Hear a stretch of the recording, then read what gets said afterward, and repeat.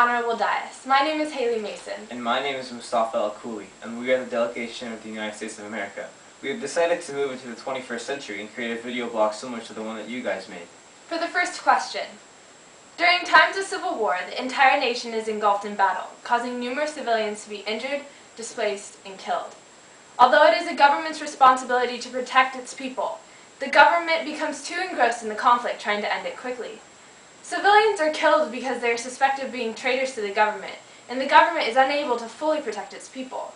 When this occurs, it is the international community's duty to intervene into the situation, because the world has a moral obligation to address humanitarian issues, no matter where they are located.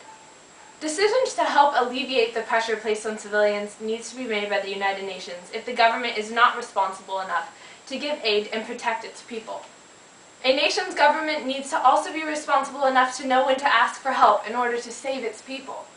However, if a nation is reluctant to ask for aid due to nationalism or pride, it is up to the United Nations, with assistance from the international community and NGOs, to make the important decision to send in aid to the civilians.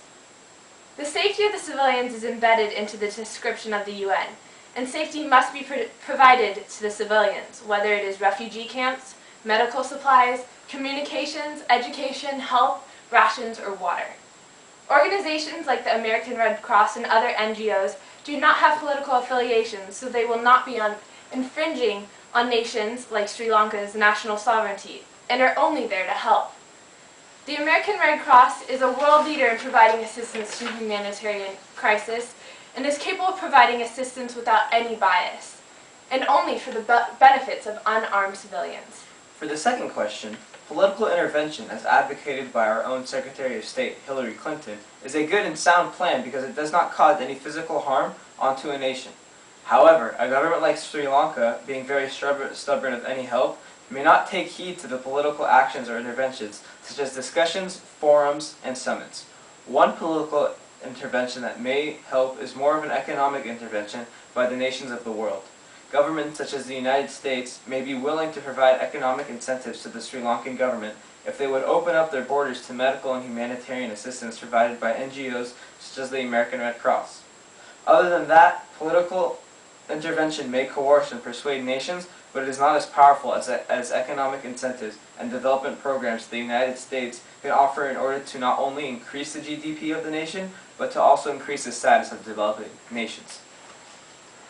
For the third question, one of the most important ways NGOs, as well as the international community, can provide humanitarian assistance without infringing on Sri Lankan sovereignty is by asking and petitioning visas and entrance into the nation. However, as we have seen in the past year, Sri Lanka has removed numerous NGOs aimed at providing assistance to the Sri Lankan civilians, depleting the medical resources that could be provided to the unarmed civilians. This has recently caused the death toll to increase by injury, disease, and starvation. An alternative to conventional methods would be airdrops similar to what the United States did in East Berlin during the Berlin blockade by the Soviet Union. Jets and planes carrying supplies could fly over areas of the refugees and airdrop and parachute medical food and supplies. This would give the civilians supplies and food that is really needed without having any representatives from any other organization or nation present. Thank you for listening and viewing our video blog posting. We look forward to seeing you guys at the 57th Annual BMUN Conference and 3rd Committee.